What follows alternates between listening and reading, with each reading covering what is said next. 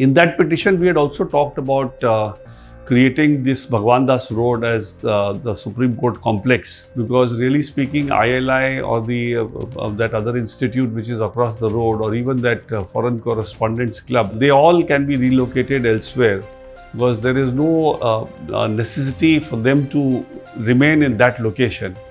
And the needs of the Supreme Court were growing so much that all that could be utilized for the Supreme Court campus.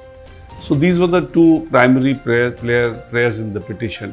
So when that altercation happened in his court and he got upset at my mentioning, I was not mentioning for any client of mine, I was not mentioning anything for myself. I already have a chamber, so it is not as if the chamber building had been constructed, I would have got a chamber. So obviously it was only a mentioning for the interest of the bar. So the bar was extremely livid, and they passed a resolution calling for a general body to deprecate what happened in the Chief Justice's court that day. And if you recall, that very day after my mentioning, two senior lawyers, Mr. Sibal and Mr.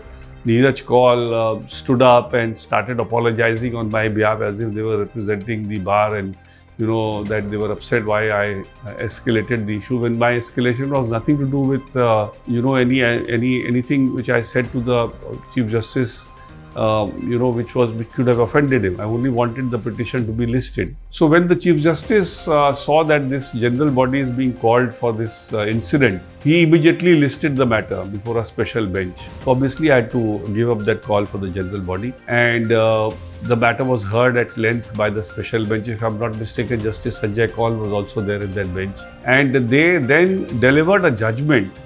And in that judgment, for the first time, they said that the bar is a stakeholder for every infrastructure that is to be added in the Supreme Court, and the bar will be consulted whenever any infrastructure is to be built in the Supreme Court.